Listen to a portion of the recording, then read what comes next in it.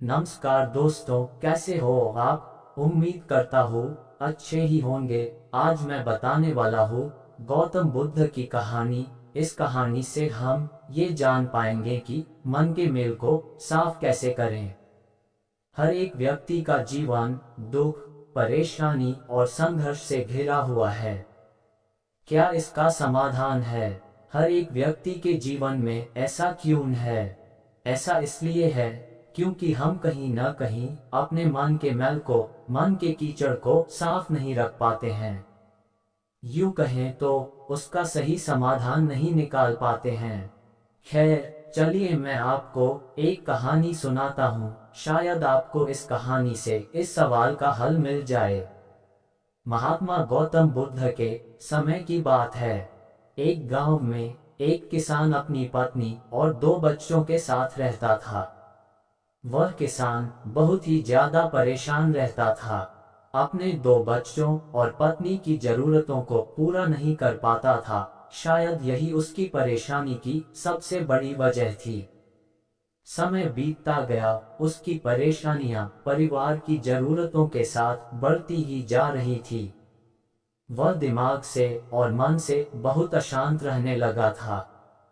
कहीं न कहीं वह बहुत ज्यादा दुखी हो गया था, अपने परिवार की जरूरतों को पूरा न कर पाने की वजह से।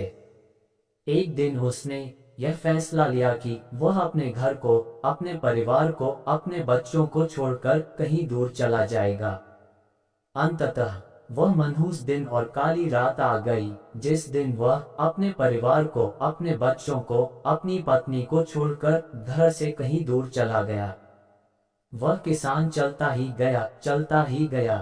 रात से सुबह हो गई, सुबह से फिर दोपहर, दोपहर से शाम, शाम से फिर रात, फिर सुबह हो गई। उस किसान की मन की पीड़ा इतनी ज्यादा थी कि उसके पैरों के छाले और पैरों से बह रहे खून के आगे फीके पड़ गए थे। ना भूख की चिंता, ना प्यास की चाह, बस चलता ही गया, चलता ही गया। आखिरकार जंगल में चलते चलते उसका शरीर इतना ज्यादा थक गया कि वह एक नदी के किनारे जाकर गिर पड़ा। कुछ घंटों बाद उस किसान को होश आया। वह बेचारा इतना ज्यादा प्यासा था कि तुरंत वह नदी के पास गया। जैसे ही उसने पानी पीने के लिए हाथ पानी में डाला, उसे सामने नदी के उस पार कुछ लोगों का झुंड दिखाई दिया।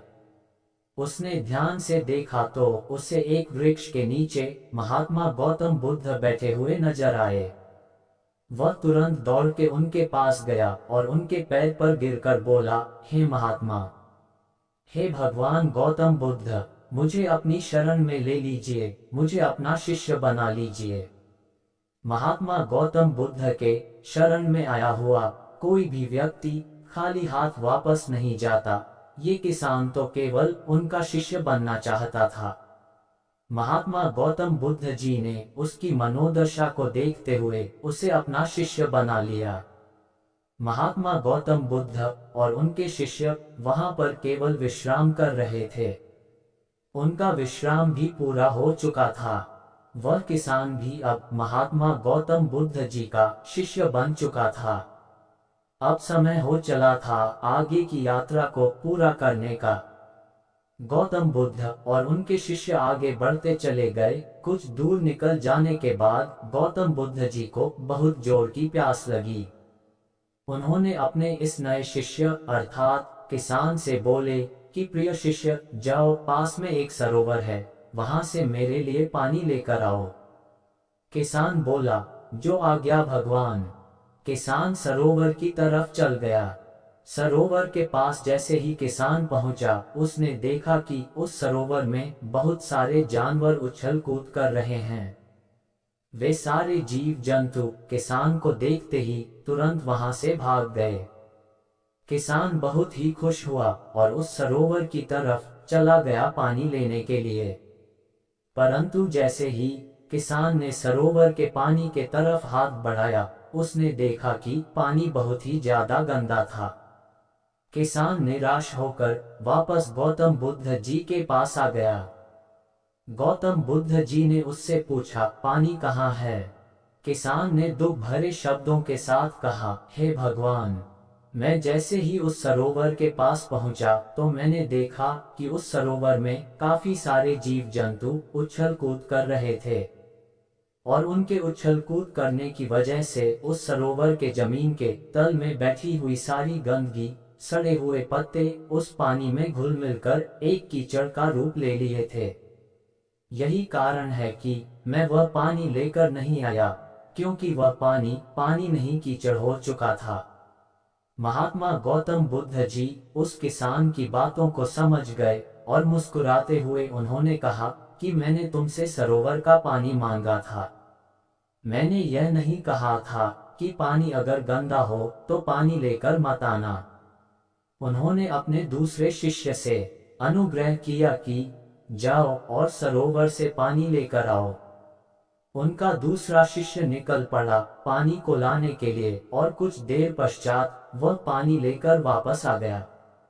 आश्चर्य की बात तो यह थी कि दूसरे शिष्य द्वारा लाया हुआ पानी बिल्कुल साफ था और उससे भी बड़ी असमंजस की बात यह थी कि सारे के सारे शिष्य बड़े ही आश्चर्यचकित हो गए कि यह करिश्मा कैसे हो सकता है, क्योंकि पहले शिष्य ने तो ये बताया था कि पानी कीचड़ हो गया था।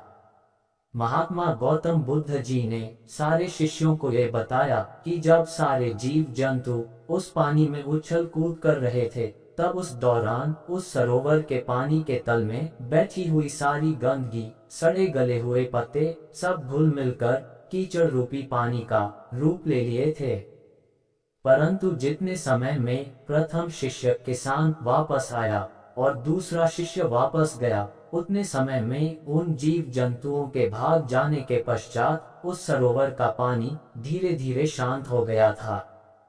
और जैसे जैसे सरोवर का पानी शांत होता गया, उस सरोवर के कीचड़ रूपी पानी में खुली हुई सारी सड़ी गली पत्तियां और मिट्टी धीरे धीरे शांत होकर उस सरोवर के तल में जाकर बैठ गए, जिससे उस सरोवर का पानी शांत होकर साफ हो गया तथा सारे गले हुए सड़े हुए पत्तियां भी शांत होकर आराम से उस सरोवर के तल में जाकर बैठ गए थे।